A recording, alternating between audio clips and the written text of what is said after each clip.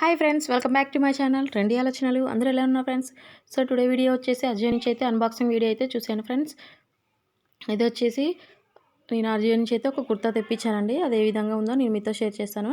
కొత్తగా నా ఛానల్ చూసినట్లయితే సబ్స్క్రైబ్ చేసుకొని పక్కనే ఉన్న బెల్ ఐకాన్ అయితే ప్రెస్ చేయండి. నేను పెట్టే వీడియో నోటిఫికేషన్ రూపంలో మీ దాకైతే వచ్చేస్తుందండి.